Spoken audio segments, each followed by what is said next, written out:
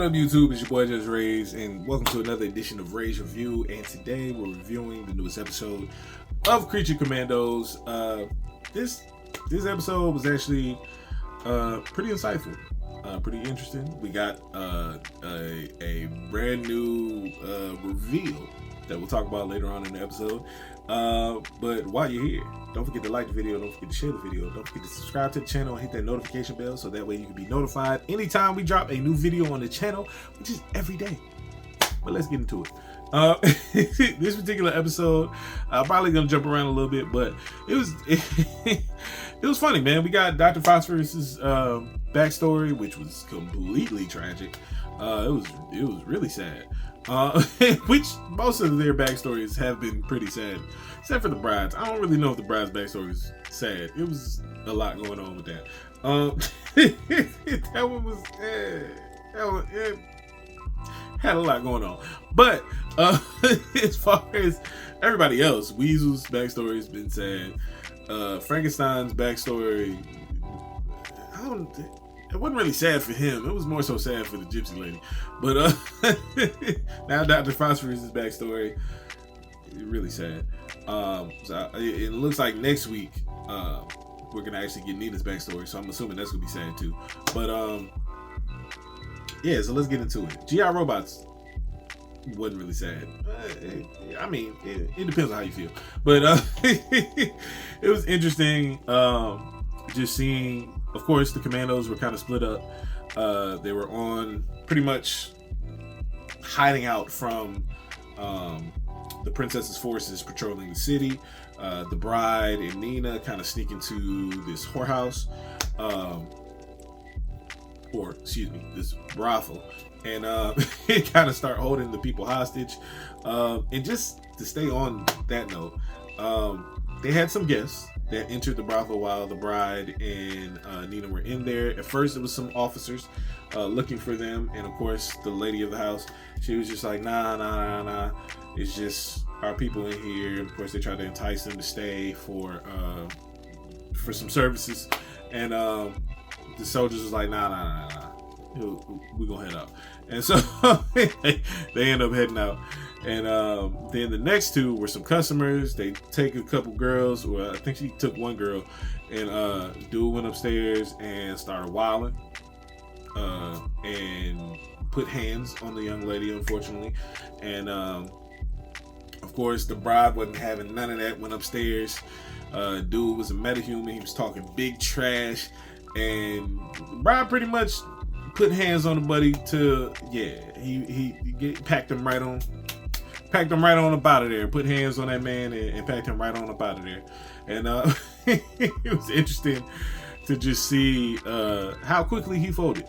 But you get to see the just pretty much the impact of them on that society, but then also just seeing the the decision making and the kind of a heart that the bride has when it comes to certain things. Like, she just doesn't tolerate, and she'll boss up and handle business when needed. And yeah, she did her thing. So they end up doing that there. We see Weasel. He ends up just kind of making his way throughout the city. He ends up finding himself in a pack of wolves and end up playing with the pack of wolves. At first he thought he was gonna have to fight, but then they ended up being friendly. So he was just chilling with the pack of wolves, and then he ended up going to sleep, waking up, having a dream about the princess, and then remembered he had a mission to do. So he ends up heading that way afterwards, as do the bride and Nina, after everything transpired in the brothel. And then we pick up with Dr. Phosphorus. Of course, he was hiding out in the dumpster, trying to pretty much lay low. He ends up sneaking into a house and ends up finding a young girl that pretty much takes a liking to him, and they end up having a good time. He takes her outside, throws her up in the air a few times, and kind of is playing around with her. The parents come down because they hear her screaming, but she's screaming from joy, not from terror. And we see Dr. Phosphorus like, my bad.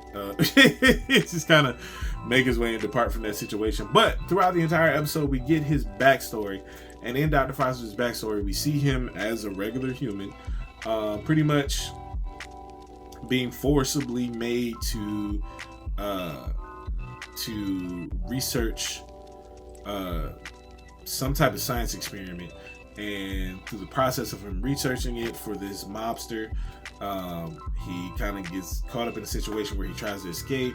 They end up catching him. They end up putting him back. They also end up unaliving his family, his wife and his daughter, and they show him. So it low-key looked like they almost did it right in front of him, the way they strung it together. And then they used the experiment that he was researching, and the machine that he built, they threw him in there, turned it on. They thought he passed away in that machine. So they went on living life thinking that they squashed all their loose ends and all their problems. Kind of find out, but he survived. And that machine actually transformed him into Dr. Phosphorus. And boy, when he came back with a vengeance. He went through all that man's henchmen. And it just went through everything, taking over all his properties, taking over everything that was going on with the man. Pulled up at his crib and ran through his whole family, and just set everybody on fire and radiated everybody till they weren't alive. And it was just, hey, when you mess with people, when you mess with people in their family, you better make sure that they're unalived, because especially in the comic universe, they gonna get that revenge. They gonna get that revenge. But he gets that revenge, then he just pretty much goes on like just a crime spree with his own henchmen who wear like glowing face paint in the design of a skeleton to represent that they work for Dr. Phosphorus. And we see him through this song and dance number just pretty much accumulating property, doing hits on different turf and different territories against different groups in ne'er-do-wells.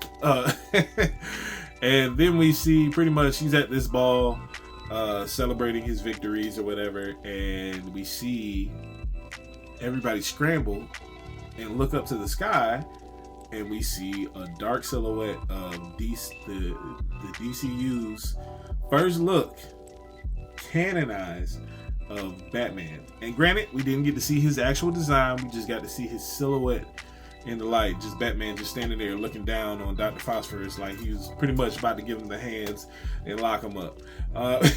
So that was a super big deal, because we know that the people that are playing these characters in live action, in the animated universe, are also going to be playing these people in live action.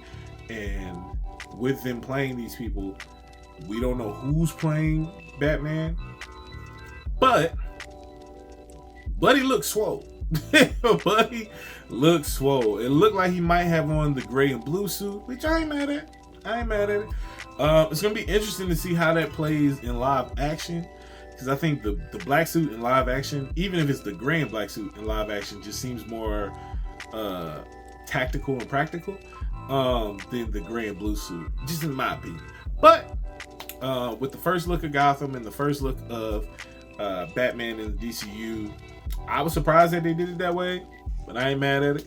I'm interested to see what more they reveal in this next episode, because I believe the next episode is either the finale or we got 2 more episodes left. But I'm not gonna hold you, I really enjoyed this episode. Super sad backstory with Dr. Phosphorus. It was really messed up what happened to him, what transpired. But like I said, if you're gonna do people dirty in the comic book world, you gotta make sure that they unalive, because boy did he come back with a vengeance. And that was crazy. But yeah, for this particular episode, I'm gonna give it a 9. I really thought it was a good episode. It was dope. After we pretty much get his full backstory and he kind of comes to his senses in present day, we kind of see everybody start making a beeline to the princess's castle, and that's where we see the Commandos meet back up. And pretty much that's how the episode ends. We also see that Frankenstein dropped off Rick Flag to Amanda Waller. for him to get medical attention and medical help. And of course, Amanda Waller really cares about Rick Flag, surprisingly, and wants to save him. And then we have, of course, Frankenstein making his way to warn the Commandos that they've been taken advantage of. But I don't really know if he's into more so warning the Commandos or if he just wants to go see his bride, because Frankenstein crazy. But we shall see how all of this unravels, how it all takes place in the next few episodes, or in the next episode, because if I'm not mistaken, I believe it is the finale. But stay tapped in with your boy, and let me know in the comments below if you saw the newest episode, if you agree with my take, if you give it a 9, if you give it higher, if you give it lower, if you feel like I'm tripping, or if you agree with me. Let me know in the comments below. Let's chop it up. Let's have a conversation about it. And let me know if you're tapped in with DC Studios, if you are enjoying Creature Commandos, if you enjoyed the Superman trailer, if you're enjoying James Gunn rendition of what DC Comics universe could be. And stay tapped in with your boy. Don't forget to like the video. Don't forget to share the video. Don't forget to subscribe to the channel and hit that notification bell, so that way you can be notified anytime we drop a new video on the channel. And never forget, it's FreeSoul to the show free. Let's get it.